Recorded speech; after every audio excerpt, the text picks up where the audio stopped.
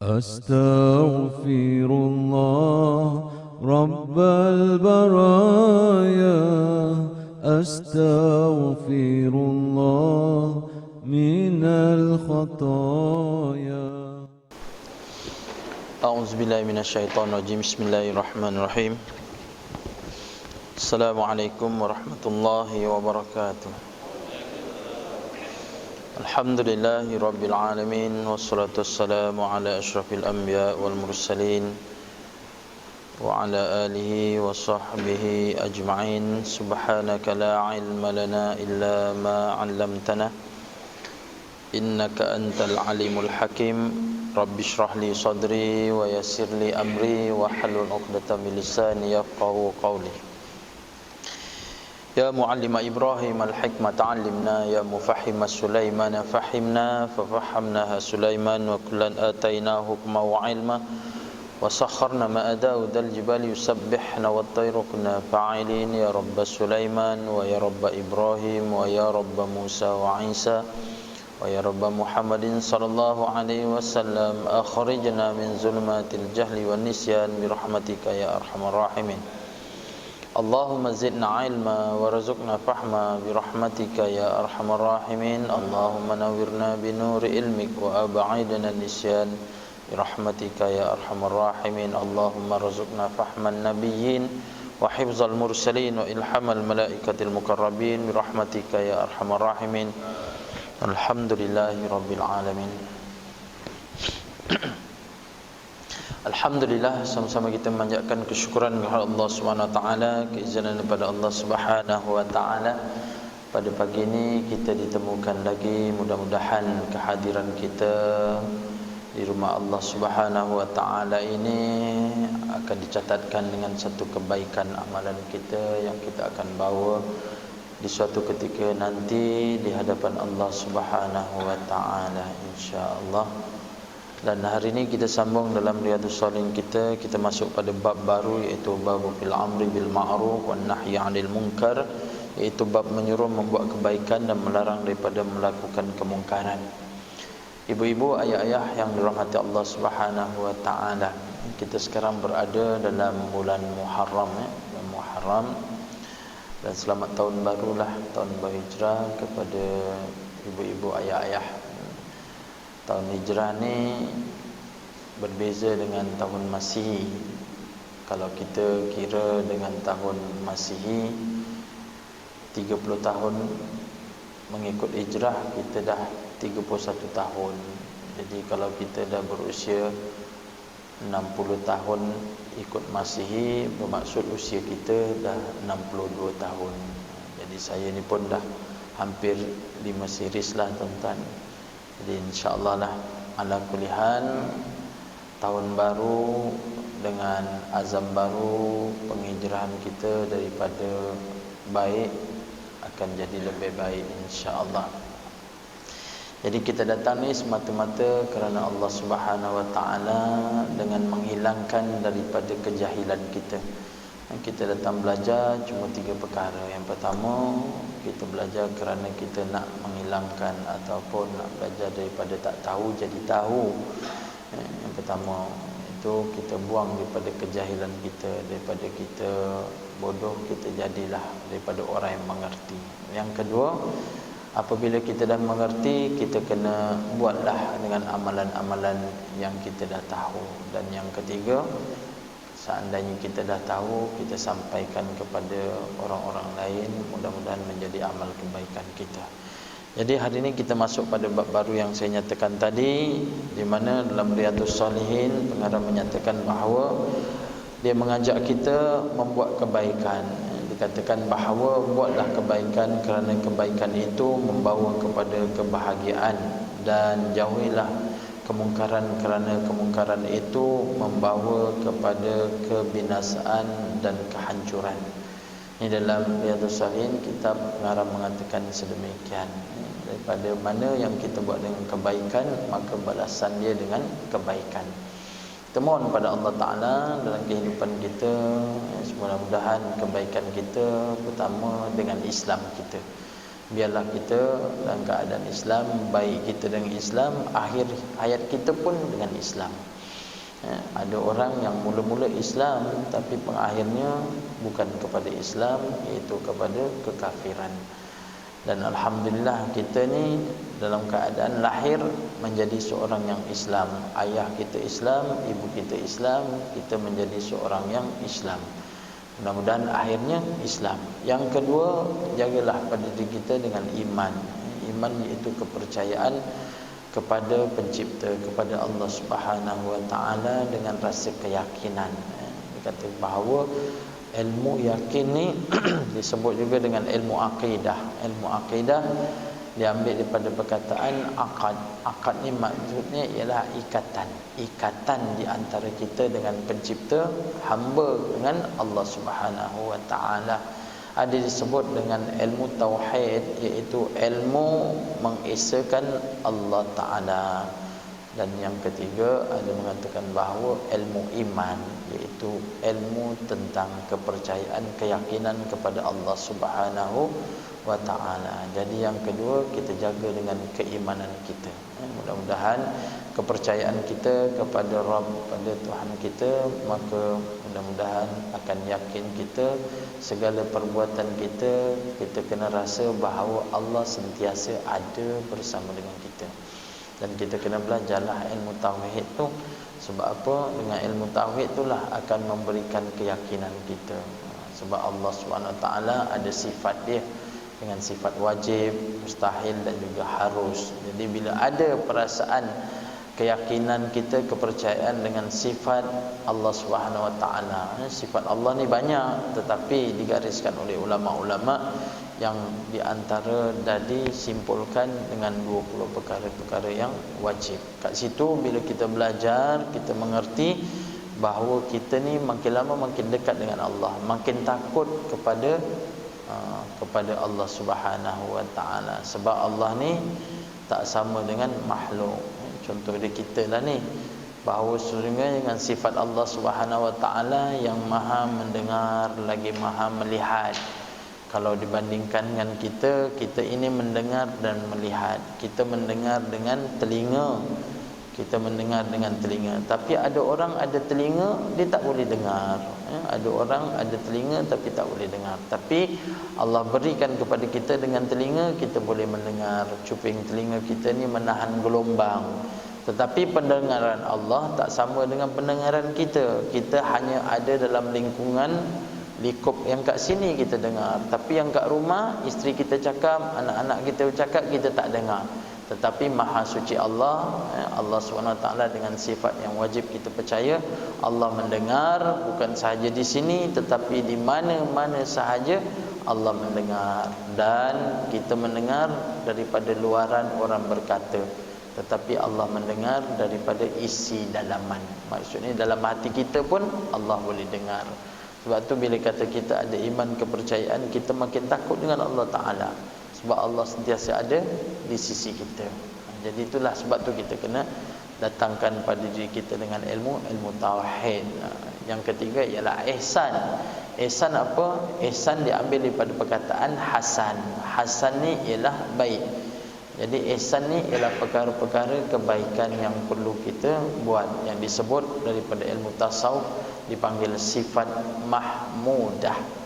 Sifat mahmudah, sifat-sifat yang baik yang diajarkan oleh Nabi sallallahu alaihi wasallam. Jadi kita pun ikutlah apa yang dibawa oleh Nabi sallallahu alaihi wasallam. Allah Subhanahu wa taala berfirman di dalam surah Ali Imran, wal takum minkum ummatun yad'una ilal khair wa ya'muruna bil ma'ruf wa yanhauna 'anil munkar wa ulaika humul muflihun.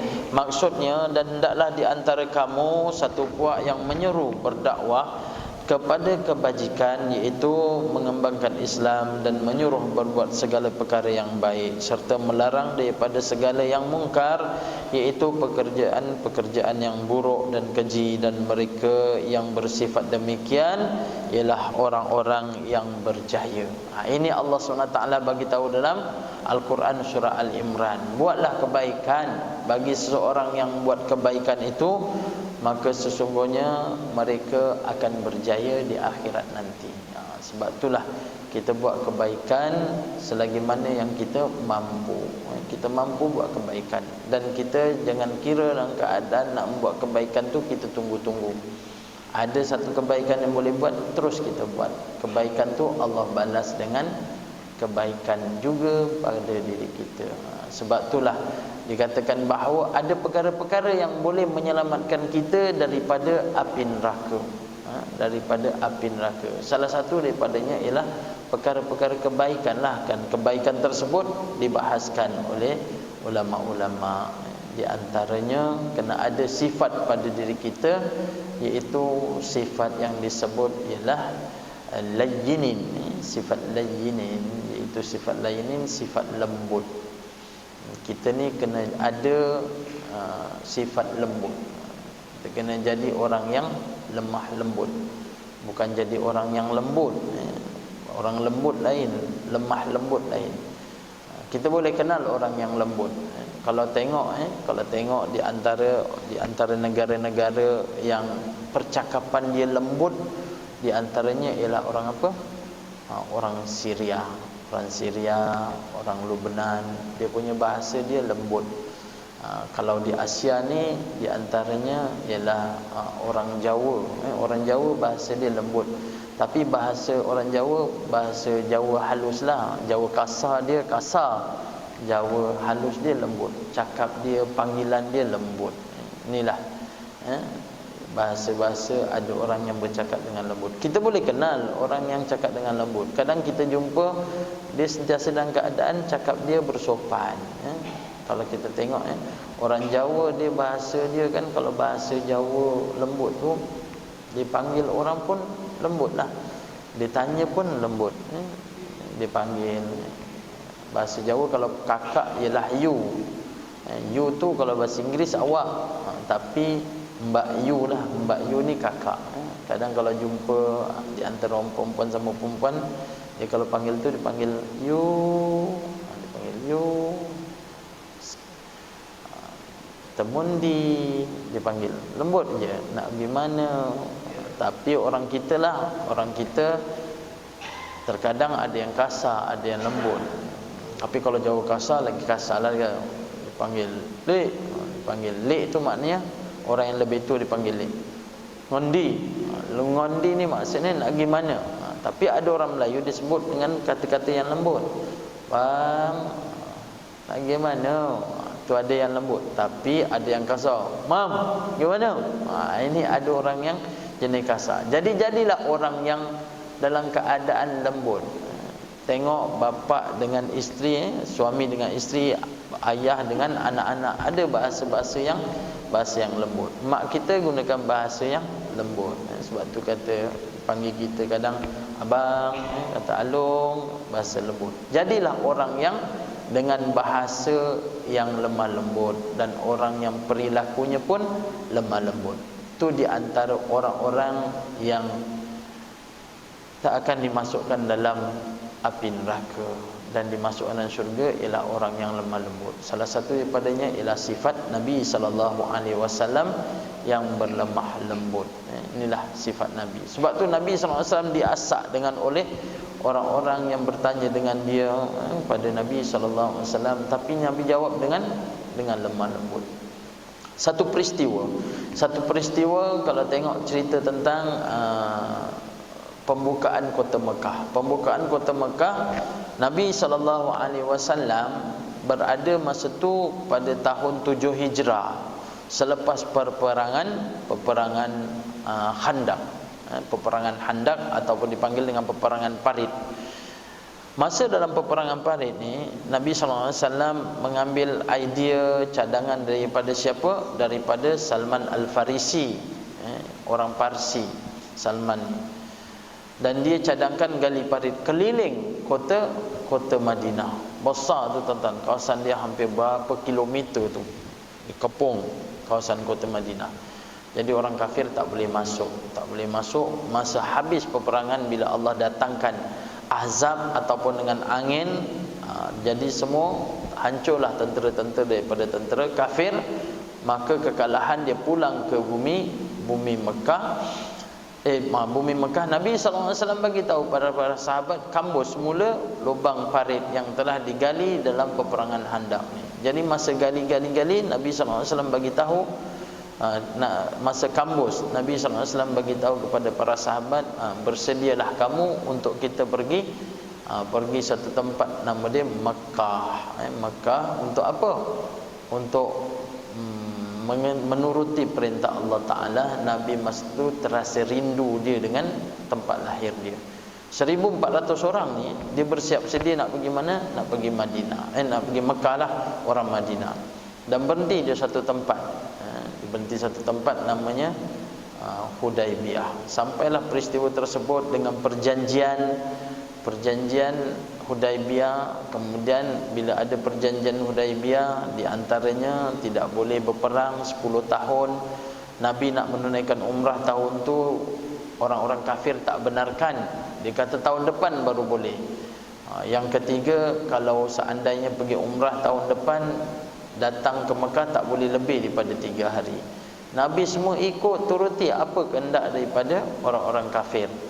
Hatta daripada yang dia minta apa, kalau seandainya ada orang Mekah datang diam-diam pergi ke Madinah, orang Mekah waris dia tak tahu, orang Madinah kena hantar pulang balik ke Mekah. Tapi kalau seandainya ada orang Madinah pula datang ke Mekah tanpa diketahui ahli keluarga dia, orang Mekah ni tak payah pulangkan. Tapi Nabi SAW menerima tuntutan daripada orang kafir. Walaupun Sayyidina Umar kata macam tak adil lah. Sebab apa? Sebab kalau orang Madinah datang ke Mekah, orang Mekah tak payah pulangkan. Berapa lama nak duduklah tanpa diketahui oleh ahli keluarga. Hasrat daripada orang kafir supaya orang Madinah ni dapat dihasut untuk beragama kepada agama kafir, kufur kembali. Dan bila datang pula orang Mekah ke Madinah, orang Madinah kena hantar pulang. Jadi Sayyidina Umar kata macam berat sebelah. Tanya kepada Sayyidina Abu Bakar, bagaimana keadaan permintaan daripada orang kafir ini. Sayyidina Abu Bakar ni di antara orang yang bijak juga. Umar pun bijak, tapi Abu Bakar dia percaya kata-kata daripada Allah Subhanahu wa taala, wa ma yantiqu anil hawa in huwa illa wahyu yuha. Apa sahaja kata-kata daripada Nabi ini adalah daripada utusan Allah Subhanahu wa taala, daripada kata-kata Allah. Jadi kenapa Nabi SAW buat demikian? Memang Allah dah susunkan macam tu. Dan Nabi SAW ikat perjanjian lah, sign. Perjanjian itu diikat. Itulah perjanjian pertama dalam dunia di antara orang kafir dengan orang Islam. Nabi yang melakukannya. Tapi bila mana dilanggar perjanjian, iaitu 10 tahun tak boleh berperang, akhirnya dibunuh juga. Bani Khuza'ah dibunuh oleh Bani Bakar. Semua tu adalah penduduk-penduduk di kota Mekah. Bani Bakar ikut perjanjian orang kafir, Bani Khuza'ah ikut perjanjian orang Islam. Tapi duduk di Mekah. Disebabkan Bani Bakar ni bunuh Bani Khuza'ah, Bani Khuza'ah seorang tu dah lari pergi Bani Madinah, bagi tahu kepada orang Islam di sana. Nabi dah tahu, Abu Sufyan mengikuti daripada belakang, dan dia tak tahu yang orang-orang daripada Bani Khuza'ah ni dah beritakan kepada orang-orang yang berada di Madinah. Abu Sufyan nak ubah perjanjian, jumpa kepada Ummu Habibah, anak dia, tapi dia tak jawab. Jumpa dengan Sayyidina Osman. Sayyidina Osman diam, tak jawab. Sebab Sayyidina Osman tahu, dan Abu Sufyan tak tahu yang semua orang Islam tu dah tahu yang orang kafir Bani Bakar dah bunuh Bani Khuza'ah. Sampai Abu Sufyan balik-balik. Apa yang dilakukan oleh Nabi? Nabi SAW bawa tentera dia, seramai 10,000 orang masuk pada bumi Mekah. Itu disebut dengan Fathul Mekah. Nak cerita apa? Nak cerita keadaan Nabi SAW dengan sifat dia, kebijaksanaan dia, dengan lemah lembut Nabi SAW. Itu kata sifat Nabi SAW lemah lembut dia dibawa dalam kehidupan. Sampaikan orang Madinah masa tu tak boleh cakap apa dah, menangis. Orang Madinah ramai menangis. Sifat lemah lembut Nabi dengan kata-kata semua dengan hikmah.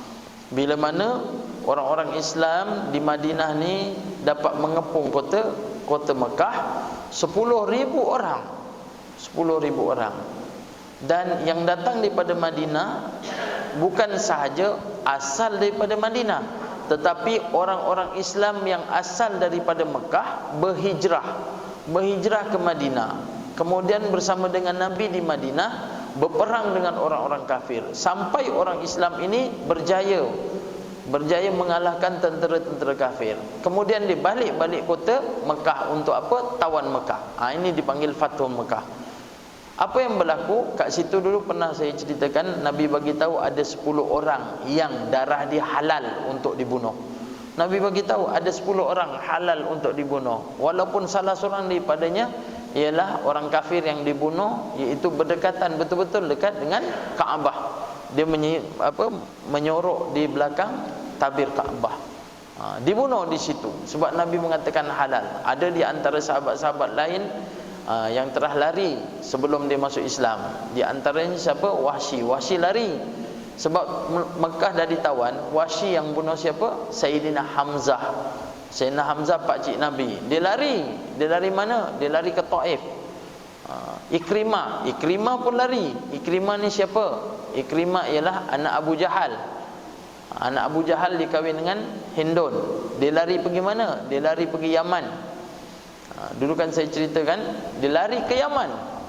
Sebab apa? Nabi dah bagi tahu halal darah dia. Orang Islam carilah. Dia lari ke Yaman. Tapi dipujuk oleh siapa? Isteri dia. Isteri Ikrimah jumpa dengan Nabi SAW. Dia kata, kiranya suami dia ni, Ikrimah ini bertaubat, adakah engkau terima wahai Rasulullah? Rasulullah kata, sesungguhnya bagi orang kafir, siapa yang telah bertaubat ingin kembali kepada Islam, sesungguhnya bagi dia kosong, tak ada dosa. Dan adakah Nabi SAW sanggup untuk menjadi defend ataupun menjadi pelindung kepada Ikrimah kalau seandainya dia balik? Nabi kata, sesungguhnya rahmat Allah tu luas. Itu yang isteri Ikrimah ni lari pergi jumpa Ikrimah, cari suami dia kat Yaman. Balik. Dan akhirnya dia masuk Islam. Ikrimah masuk Islam. Nak cerita ni masa taklukkan kota Mekah ni, harta rampasan tu banyak harta rampasan. Tapi Nabi SAW agihkan harta ghanimah tu pada orang-orang Islam dan bukan di kalangan orang-orang Yasrib. Maknanya bukan daripada golongan orang-orang daripada Madinah. Jadi dia bagi siapa? Orang-orang kafir yang kat Mekah tu, bila dia masuk Islam, dia jadi Islam, harta dia yang dirampas ni Nabi pulangkan. Nabi tak ambil balik kembali. Tapi mana yang lari-lari ni, harta dia dikumpulkan. Dan Nabi SAW agihkan harta-harta rampasan ni pada siapa? Pada penduduk-penduduk Mekah. Malahan yang pergi menyerang kota Mekah tu, yang tawan tu, antara orang Islam, tapi Nabi bagi pada orang-orang Muhajirin. Orang Muhajirin, orang Mekah datang ke Madinah, kemudian dia tawan kota Mekah. Jadi orang yang Mekah, asal Mekah ni dapatlah harta tu. Orang Madinah tak dapat. Rasa-rasa adil ke tidak? Kalau saya tanya tuan-tuan, adil ke tidak? Orang Madinah yang sama-sama berjuang masa kota Madinah ni diserang dalam peperangan Badar, perang Uhud, perang Khandaq. Tapi bila dalam keadaan harta dapat kota Mekah, dia tak bagi semua. Adil ke tidak? Rasa macam tak adil. Tapi Nabi buat demikian, tak adil. Dia ditanya oleh orang-orang Yasrib, ya Rasulullah, bahagian kami mana ya Rasulullah SAW? Mana bahagian kami? Kami berperang dengan perang Badar, perang Uhud, perang Khandaq, malahan perang-perang banyak lagi perang. Perang di antara perang yang hebat juga ialah perang Khaybar. Perang Khaybar hebat. Nanti saya ceritakan perang Khaybar. Tapi keadaan Nabi SAW bawakan pada sifat-sifat Nabi SAW. Dan Nabi SAW bila ajarkan kebaikan, sahabat-sahabat ketika itu pun ikutlah. Maka dia berjaya. Kerana apa? Kebaikan yang dilakukan oleh sahabat-sahabat Nabi SAW. Cuma Nabi bagi tahu bila diasak, bagi harta kami mana ya Rasulullah? Akhirnya Nabi kata, sebenarnya benar, bagi penduduk Mekah aku berikan semua harta-harta pada penduduk Mekah. Tapi wahai penduduk-penduduk Yasrib, sesungguhnya aku tidak berikan kepada kamu, tetapi aku berikan pada diri aku. Nabi SAW serahkan diri Nabi sallallahu alaihi wasallam untuk penduduk Madinah. Akhirnya menangis, penduduk Madinah menangis. Ya Rasulullah, bagi kami tak dapat harta tak apa ya Rasulullah, janji dapat Nabi sallallahu alaihi wasallam. Itu yang kata bahawa sesungguhnya lahir Nabi di bumi Mekah dan wafat Nabi di mana? Wafat Nabi di Madinah. Betapa gembiranya orang-orang Madinah. Sampaikanlah dalam keadaan wafat Nabi di bumi Madinatul Munawwarah. Cara Nabi jawab, cara Nabi cakap, cara Nabi menyelesaikan. Itu dikata bahawa kata-kata Nabi yang tiada dusta. Wala taqulu illal haqq. Tidak akan dikatakan oleh Nabi sallallahu alaihi wasallam melainkan yang benar sahaja. Kerana apa? Wahyu yuha, iaitu apa yang Nabi kata adalah daripada utusan ataupun daripada kata-kata Allah Subhanahu wa taala. Jadi kena ada sifat yang pertama layyinin, yang kedua hayyin. Hayyin ni kena ada buat kebaikan, iaitu kita hendaklah jadilah orang yang suka menyenangkan orang lain. Senangkan orang lain. Kena bawa, timbulkan perasaan, timbulkan tingkah laku, timbulkan perangai kita ni suka senangkan kepada orang lain. Ada orang yang macam tu, ibu-ibu, ayah-ayah. Kita jangan menyusahkan orang lain. Kita sebagai anak pun jangan menyusahkan kepada ibu, ayah, kita jangan susahkan. Dan ibu dan ayah juga kalau boleh jangan menyusahkan kepada si anak. Kita takut, kita doa pada Allah Ta'ala, biarlah dalam keadaan aku hidup ni pun jangan sampai keadaan aku menyusahkan anak aku. Takut apa? Takut menyusahkan anak. Anak tu nanti akhirnya jadi anak derhaka. Berapa ramai yang jadi anak derhaka? Kerana apa? Bagi diri dia tidak dapat menguruskan kepada ibu dan juga ayah dia. Kita doa sama-sama agar dapat menjadikan orang yang menyenangkan orang lain. Orang-orang dulu dia boleh bawakan timbul sifat menyenangkan orang lain. Kita dulu kerja kahwin macam mana? Kalau dulu kerja kahwin yang saya ingat waktu saya kecil-kecil dulu, Raja 3, Raja 2, ni Bilal saya, Nuja saya pun ada kat sini. Dia ada gambar saya masa kecil-kecil dulu. Kita dulu buat kerja kahwin, orang dulu buat kerja kahwin kan meja kan semua meja pakai buluh, pakai batang kelapa. Kerja kahwin tebang pokok kelapa 2-3 batang untuk buatkan alas tempat duduk. Ingat tak? Yang mana di antara yang usia 50, 60 tahun, 70 tahun boleh ingatlah kalau kerja kahwin tu dia tak ada beli santan kelapa kat kedai, semua bawa parut. Kadang bawa parut, pakai parut daripada kampung lah, kongsi punya kan. Semua yang tua-tua semua duduk, yang laki-laki semua duduk pegang parut kelapa kan, rewang. Zaman dulu, sekarang tak, semua pakai kepala agung. Kacang semua kepala agung, santan kepala agung. Maksudnya semua pakai duit. Dulu tak, orang dulu tak. Saya ingatlah kalau seandainya kerja kahwin tu tak payah bagi tahulah rumah sebelah. Rumah sebelah tahu, dia pergi ambil meja makan dia, pergi hantar sebelah. Betul kan?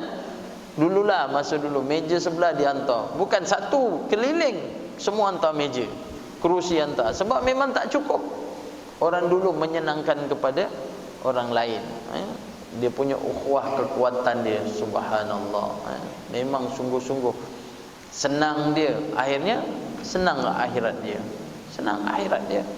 Jadilah orang yang menyenangkan kepada orang lain. Jangan kita menyusahkan kepada orang lain. Yang ketiga iaitu sahalah. Sahalah ni kita bermudah-mudah. Kita bermudah-mudah. Bermudah-mudah ni maksud apa? Kita tak adalah kira bicara menyusahkan kepada orang lain. Kadang orang ada yang macam tu.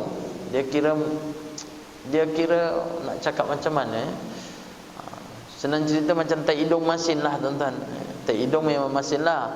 Tak hidung masin kan. Tapi dia kata istilah itulah tak hidung masin. Kan ada orang miaga kan, dia tengok rambutan sekilo RM5. Kalau boleh tu biar betul-betul sekilo. 1 gram pun tak boleh lebih. Jadi kita ni biarlah keadaan kita sikit lebih kurang lah. Sebab tu orang dulu dia bawa sifat tu dia bawa. Kalau kami kat kampung dulu ada dipanggil apa? Ro'an. Ro'an tuan, dipanggil ro'an, bukan rock. Rock tu batu dalam bahasa Inggeris, dipanggil ro'an bahasa Jawa lah. Orang dulu boleh angkat rumah. Orang dulu boleh angkat rumah, pindah rumah. Sekarang dah tak ada lah, tak ada orang pindah rumah. Semua rumah dah kat bawah. Rumah dulu semua rumah tinggi-tinggi, dia boleh angkat. Satu kampung datang. Tak tahulah kat Tanjung Minyak ni ada ke tidak. Tapi dulu-dululah. Diisytiharkan lepas Jumaat, dia kata hari Sabtu minta tolong pada semua orang kampung, kita datanglah rumah Haji Harun pukul 3 petang, selepas Zuhur kita akan buat ro'an. Dia kata ro'an, kita kecil-kecil apa benda ro'an, kata kita ada buat ro'an. Jadi orang datanglah, orang kampung datang, ramai tuan-tuan datang, dekat 50-60 orang. Dia angkat rumah tu, dia angkat jauh tak jauh lah, lebih kurang dalam satu tiang elektrik tu jauh dia. 1, 2, 3 angkat, jalan 10 tapak letak, angkat. Terkejut tuan-tuan, tengok minggu ni rumah ni kat sini, minggu depan dah berubah. Orang dulu boleh angkat rumah sama-sama. Sekarang tuan-tuan cubalah angkat rumah, tak ada angkat rumah, sodok rumah je. Dah tak adalah sifat tu. Dia orang yang dia suka ni tuan-tuan, sahla, dipanggil keadaan sahla, mudah-mudahkan. Jadi kita ni kalau boleh jadilah orang yang mudah-mudahkan. Tu kata kalau seandainya kita ni jadi orang yang mudah-mudahkan tuan-tuan, insya-Allah senang kita ke akhirat. Itu sifat kebaikan. Yang keempat ialah qariban. Qariban ni orang yang hampir. Jadilah orang yang suka hampir dengan kita.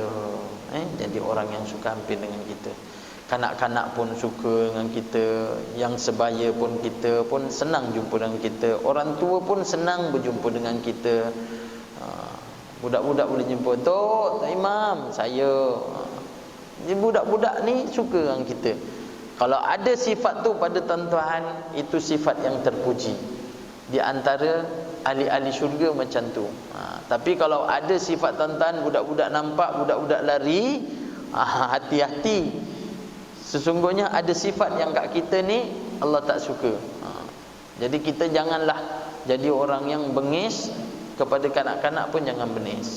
Jadi biar jadi orang yang suka. Budak-budak tengok itu, saya datang. Sebab apa dia suka? Sebab selalu datuk dia pergi belikan aiskrim bagi budak-budak. Oh, tu yang dia suka. Jadi yang macam tu tuan-tuan. Jangan jadi orang yang bila nampak dia lari, nampak dia lari. Jadikan orang yang macam tu. Jadi apa? Jadi yang suka. Saya dulu kecil-kecil memang ada orang yang saya takut. Memang takut betul. Bukan dia saja, tengok rumah dia pun takut. Punyalah takutnya sebab apa? Sebab orang tua tu tak ada lain, cuma apa? Asyik nak potong ni tuan-tuan. Dia nampak saya, aku potong kau. Kita raja tadika sikit-sikit nak potong. Tadika besar mana tuan-tuan? Besar ni je. Kita mana fikir lain. Kalau dipotong habis dah, tak ada dah. Takut. Dah meninggal dah. Dua-dua dah meninggal. Nampak daripada jauh dia tengok kita je, aku potong kau. Dia tak ada apa pun, tapi kita takut. Jangan jadi macam tu. Jangan jadi macam tu.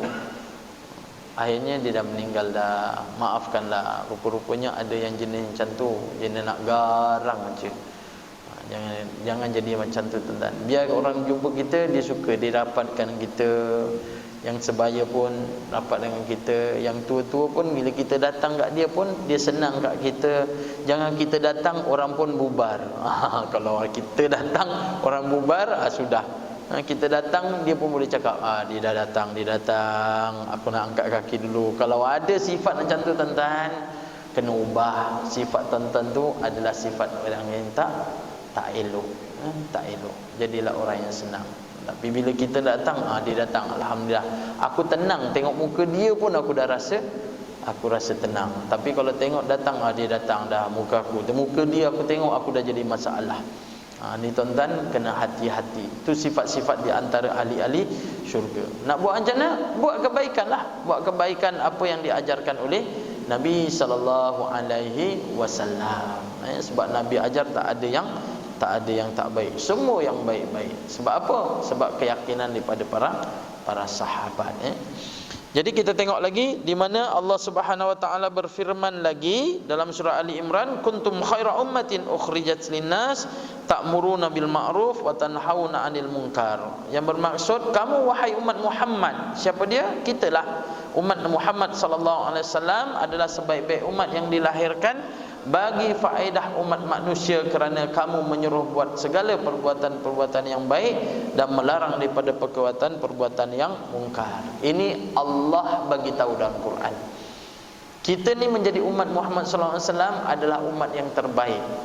Allah kata, buatlah perkara-perkara yang baik, tinggalkan perkara-perkara yang mungkar. Jadi macam mana kita rasa kita nak buat baik, tuan-tuan?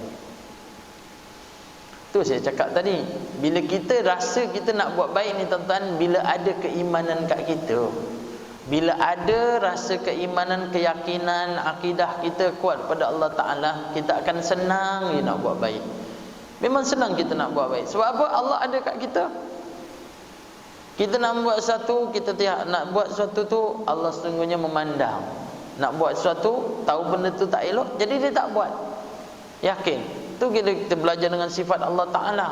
Allah Maha mendengar, Allah Maha melihat. Sebab melihat Allah tak sama dengan melihat kita. Kita melihat yang ada depan ni, tapi kita tak nampak yang kat rumah, sebab jauh. Kita tak nampak kawan-kawan kita yang kat negeri lain. Sifat Allah Ta'ala, dia boleh lihat. Boleh lihat yang ada depan, boleh lihat yang ada belakang. Malahan boleh lihat yang ada kat dalam. Dalam kita ni Allah Ta'ala boleh lihat. Kita tak tahu apa yang berlaku kat rumah kita. Anak kita ni dah bangun ke belum, kita tak tahu. Tapi Allah lihat. Sebab tu bila kita belajar dengan tauhid, lihat sifat Allah Ta'ala basir, maka sungguhnya kita akan tahu Allah ada dengan kita. Bila ada dengan kita, tu yang kita mudah nak buat kebaikan. Dan yakin. Tu yang sahabat-sahabat yakin. Sayyidina Umar, dia antara sahabat kan Khulafa Ar-Rasyidin. Dia ni bila mana dalam keadaan satu peperangan, Nabi bagi tahu, dia kata, siapa di kalangan kamu ini sesungguhnya aku berikan dengan panji. Panji apa? Panji Islam. Ibarat seperti mana? Satu bendera lah. Satu bendera, dan sesungguhnya aku akan berikan kepada orang yang Allah sayang kat dia. Nabi kata Allah sayang kat dia, dan sesungguhnya dia pun adalah orang yang sayang kepada Allah dan Rasul. Ni Nabi bagi tahu, dia nak bagikan panji.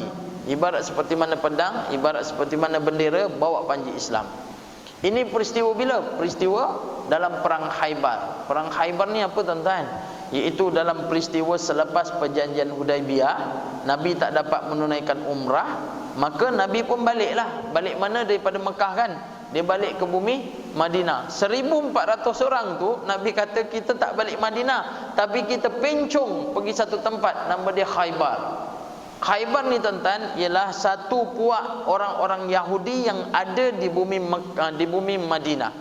Kan ada 4 puak yang besar, Khaybar, Qainuqa, Quraiza, Bani Nadir. Ni 4 golongan. Tapi Khaybar ni di antara kubu kuat.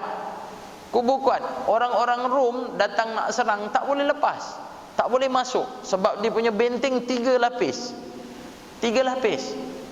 Dan Nabi SAW kata kita akan pergi ke Khaybar, sebab dia mengumpul kat situ, dan dia boleh bila-bila masa dia nak menyerang kepada tentera Islam, orang-orang Madinah. Masa peperangan Khandaq, Khaybar ni bantu orang-orang kafir yang datang daripada Mekah ni nak serang bumi Madinah.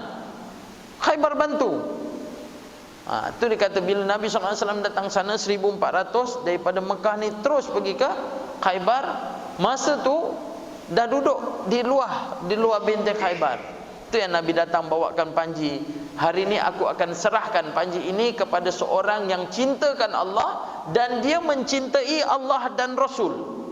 Ni cerita apa? Keyakinan para sahabat bahawasanya apa yang Nabi kata itu adalah benar. Semua sayang, semua cinta Allah, semua cinta Rasul. Tetapi Nabi bagi tahu ini orang yang sebenar-benarnya. Sayyidina Umar kata, dalam peperangan sebelum ni aku tidak akan munculkan pada diri aku untuk jadi ketua, untuk duduk di hadapan, tetapi kali ini aku munculkan diri aku kerana aku nak duduk depan, nak jadilah orang di antara orang yang Allah cinta dan dia pun cinta Allah dan Rasul. Sayyidina Umar pergi depan, tunjukkan mukalah. Nabi nak serahkan, esok aku akan berikan panji ni. Jadi esok semua datanglah, sahabat-sahabat semua datang, semua rasa berdebar, siapalah agaknya, siapalah, sebab Nabi bagi tahu macam tu, siapalah. Sayyidina Umar duduk depan. Bila Nabi SAW nak serah, tengok sahabat-sahabat, Nabi cari seseorang dan sahabat-sahabat yang ada kat situ, Sayyidina Abu Bakar, Sayyidina Umar, tapi Nabi tak sebut, tak berikan. Lalu Nabi bagi tahu, aku akan serahkan panji ini. Tunggu. Akhirnya Nabi SAW tanya, manakah Sayyidina Ali? Mana Ali bin Abi Talib? Oh, Ali bin Abi Talib. Dia kata Ali bin Abi Talib tak ada hadir pada waktu tu. Nabi apa, Sayyidina Ali ada di kemah lah. Sebab nak perang ni, nak serang siapa? Nak serang Khaybar. Dia ada kubu kuat dia, dan dia ada panglima besar jugalah, nama dia Marhab, Marhab. Jadi Nabi bila nak serahkan, tengok kata Sayyidina Ali tak ada. Ini dalam hadis Bukhari, Sayyidina Ali tak ada. Lalu dia tanya, mana Sayyidina Ali? Maka dia panggil Sayyidina Ali. Ali datang ni tuan-tuan, jumpa dengan Nabi SAW di hadapan sahabat. Muka ni dia bengkak, mata ni dah bengkak dah, dan mata dia merah. Rupanya Sayyidina Ali masa tu sakit mata, dan keadaan dia tak sihat, dah demam, mata dah bengkak, dah merah, dah sakit dah. Lalu Nabi SAW nak serahkan panji Islam ni. Akhirnya nak serahkan, tengok Sayyidina Ali kenapa tak datang. Dia datang, dia tengok, rupanya Ali dalam keadaan sakit. Itu Nabi SAW ambil ludah dia tu, Nabi ludahkan, Nabi sapu kepada mata Sayyidina Ali. Selepas disapu, mukjizat yang Allah turunkan, maka tiba-tiba mata dia terus menjadi susut bengkaknya, dan terus menjadi baik, dan terus terang. Itu dikatakan bahawa mukjizat Allah Ta'ala berikan kepada Rasulullah SAW. Tuan-tuan jangan buat pula jangan buat pula tengok isteri mata sakit macam ni, abang ludah air terus, tak payah pakai sapu. Takut-takut tuan-tuan terus jadi buta. Sebab berlaku apa tuan-tuan? Berlaku kepada Musallamatul Kazzab. Musallamatul Kazzab iaitu lelaki yang mengaku bahawa dia Nabi. Selepas Nabi SAW, ada seorang lagi dia mengaku Nabi. Kat Malaysia dulu kan ada Nabi Rasul, dia mengaku Rasul. Saya pun tak tahulah macam mana kan dia boleh kata dia Rasul. Sedangkan Rasul tu adalah maksum, tak pernah buat dosa. Sifat yang wajib kita ketahui, bukan wajib dari segi hukum fiqh, buat dapat pahala tinggalkan berdosa. Tapi fake dan keadaan, itulah erti dia. Tapi wajib sifat Allah dan Rasul ni wajib kita yakin. Sebab Rasul ni tidak cakap bohong. Dia adalah orang yang amanah, menyampaikan, dan dia orang yang bijaksana. Itu sifat Rasul. Musallamah Kazzab memang dia kata dia adalah Nabi. Lalu dia tanya, wahai Musallamah, kalau seandainya engkau Nabi, sedangkan Nabi Muhammad SAW mempunyai kelebihan, apa kelebihan dia?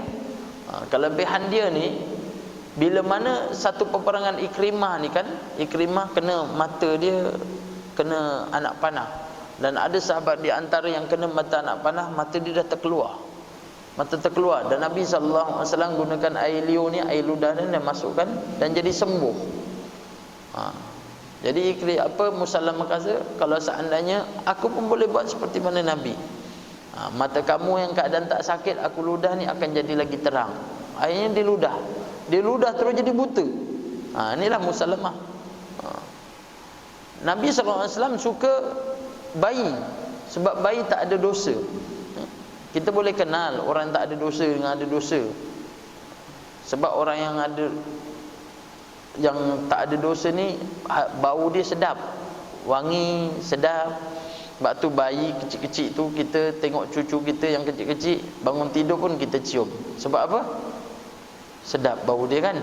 Sedap tak bayi? Sedap kan anak cucu bangun, air liur dia meleleh pun kita cium. Sebab apa? Sedap. Cuba bapak dia bangun tidur tu, cuba cium, air liur meleleh lagi, cium. Sampai tengah hari tak hilang bau dia.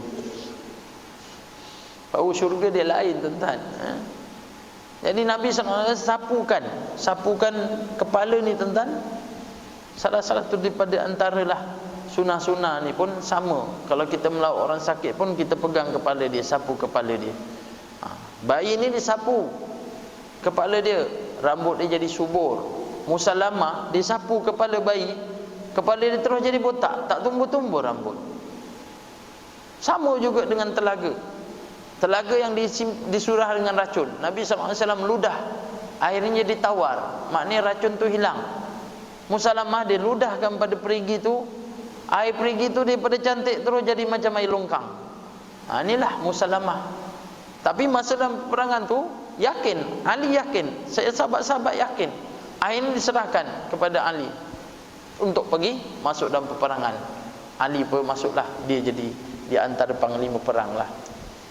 Sebab apa? Sebab masa tu nak serang tak boleh, 3 lapisan. Peperangan dahulu dia akan datangkan orang yang paling kuat di antara tentera kafir dengan tentera Islam. Jadi waktu tu datang panglima ataupun dia punya panglima lah, panglima bagi orang kafir, iaitu Marhab. Marhab ni besar, tuan-tuan. Dia lebih kurang macam Sayyidina Umar. Dulu saya dah ceritakan, Sayyidina Umar besar tak? Besar, tinggi orang dia. Kita punya pintu masjid ni pun lebih kurang dalam 7 kaki. Jadi Sayyidina Umar 9 kaki. Jadi masjid ni pintunya kena tinggikan lagi kalau Sayyidina Umar masuk ni. Jadi Marhab ni besar, tinggi. Dan dia bila berdiri, oh subhanallah, memang nampak gagah besar dengan tinggi dia. Nabi SAW hantarkan 2 panglima, iaitu siapa? Amir bin Aqma dan juga Ali bin Abi Thalib. Amir bin Aqma datang jumpa dengan Marhab, lawan. Tapi dia gugur syahid, mati, lawan dengan Sayyidina Ali. Sayyidina Ali ni taklah sebesar mana Marhab, lawan. Sengit, tuan-tuan, sengit sampaikan habuk waktu tu naik dalam keadaan sama-sama ni masih dia bergaduh tu. Masa dia berperanglah lawan pedang. Sahabat-sahabat menanti dengan keadaan debu-debu naik tu, akhirnya tiba-tiba keluar daripada debu adalah Sayyidina Ali bin Abi Thalib. Rupa-rupanya Marhab telah mati dibunuh oleh Sayyidina Ali. Pintu dia ni, pintu kubu perang Khaibar ni, dia macam kubu orang dahulu, tuan-tuan. Maksudnya macam mana? Pintu ni bila dia nak buka, dia akan rebah. Dia akan rebah lah, rebah. Bila dia nak tutup, dia akan naikkan. Dia jadi lantai. Dipukul oleh Sayyidina Ali. Sayyidina Ali ketuk dengan pedang dia, ketuk. Itu dikatakan bahawa Allah datangkan karamah. Karamah apa? Kemuliaan bagi orang-orang yang soleh. Dia ketuk sampaikan insel dia ni. Tahu insel tak? Insel tahu kan? Tak ada perkataan lain selain insel. Insel lah. Kalau tuan-tuan tak faham, carilah perkataan tu sampai faham. Insel ni, pintu tu boleh jatuh.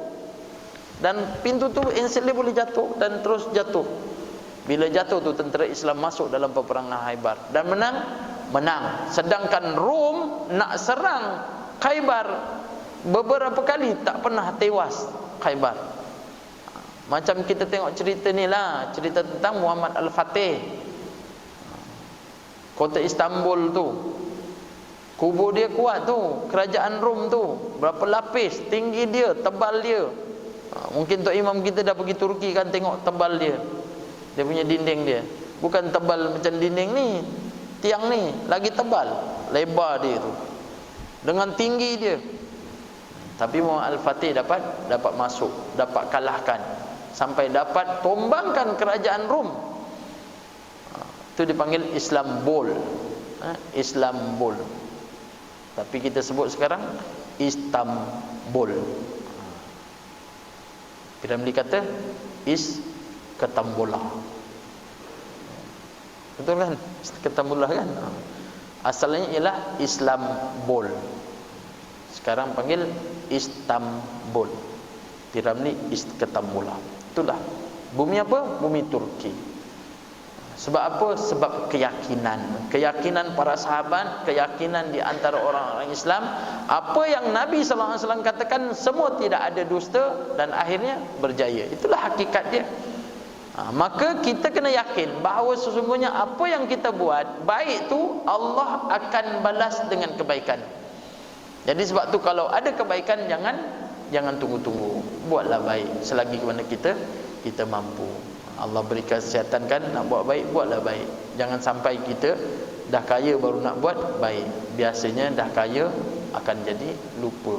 Waktu macam ni lah. Jadi insya-Allah ibu-ibu, ayah-ayah, mudah-mudahan kita ambillah pengajaran daripada hadis yang ayat Quran yang kita baca dan kisah-kisah Nabi sallallahu alaihi wasallam untuk sebagai petunjuk kita menjadi insan yang Allah Subhanahu Wa Taala akan redha kita di akhirat nanti. Jadi saya rasa cukuplah setakat itu untuk hari ini. Segala kebaikan semua datang daripada Allah, buruk daripada saya, hakikat daripada Allah SWT. Saya doakan ibu-ibu jemaah yang ada di sini, mudah-mudahan Allah berikan kesihatan bagi kita untuk terus kita mengabdikan diri kepada Allah Subhanahu Wa Taala, menuruti segala perintahnya, melakukan segala amal-amal kebaikan untuk kita bawa di akhirat nanti insya-Allah. Mudah-mudahan Allah redha kita. Sebenarnya kita buat segala amalan ni bukan akan dimasukkan dalam syurga. Bermaksud kita buat dengan kita datang ni majlis ilmu, kita dalam masjid, amalan kita bukan kerana amalan kita masuk dalam syurga. Ingat kita datang ni bukan kerana amalan kita dimasukkan dalam syurga, tetapi kerana rahmat Allah Ta'ala. Rahmat Allah Ta'ala. Jangan pula kita fikir kalau macam tu ustaz, tak payahlah belajar sebab rahmat Allah, kita tunggu je lah rahmat Allah. Suami saya pun dah merahmat dah, alhamdulillah itu. Dah Allah kata sesungguhnya rahmat Allah. Ya betul, ada orang yang 60 tahun, setahun, sebulan dia bertaubat pada Allah Ta'ala, Allah angkat masuk dalam syurga. Yang ini tiap-tiap hari ini keadaan beramal-beramal tak masuk syurga juga. Tidak tuan-tuan, selagi mana kita Islam kita akan dimasuk dalam syurga. Tetapi amalan kita ni untuk apa kita buat? Ini dikatakan bahawa sesungguhnya amalan yang kita buat ni adalah untuk diletakkan dalam martabat syurga Allah Ta'ala. Martabat syurga Allah Ta'ala. Kalau seandainya dalam keadaan dia ni tidak mahu melakukan kebaikan, syurga Allah ni luas. Satu martabat ke satu martabat ni terlalu tinggi. Terlalu tinggi sangat. Keluasan tak payah ceritalah. Keluasan syurga, Jibril ni Allah suruh pergi tengok syurga macam mana. Jibril ni ada 300 kanan 300 kiri sayap dia. Satu sayap tu kalau buka tutup dunia. Dan dia terbang. Jibril ni terbang dengan 600 sayap. 100 tahun dia pergi melawat syurga.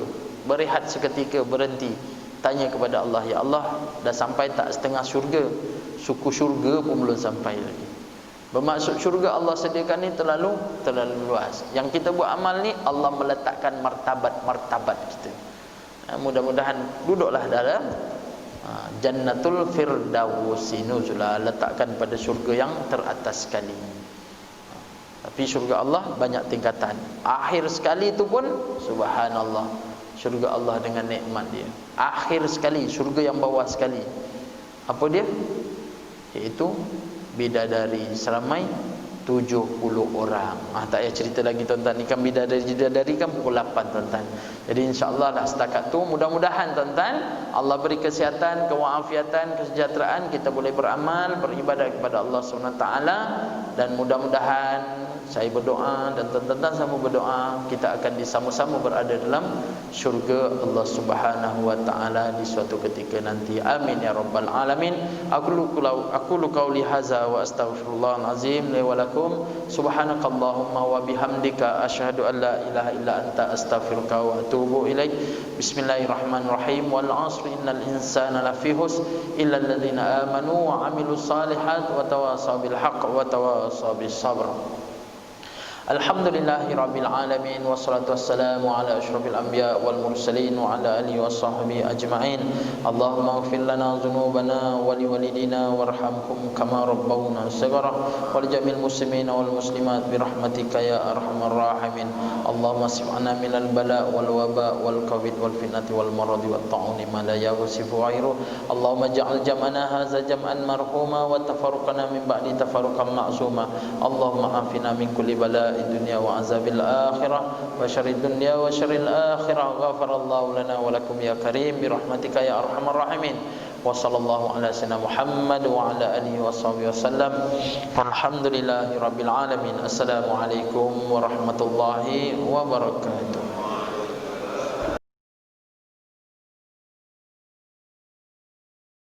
Astaghfirullah Rabbal baraya, astaghfirullah minal khataya.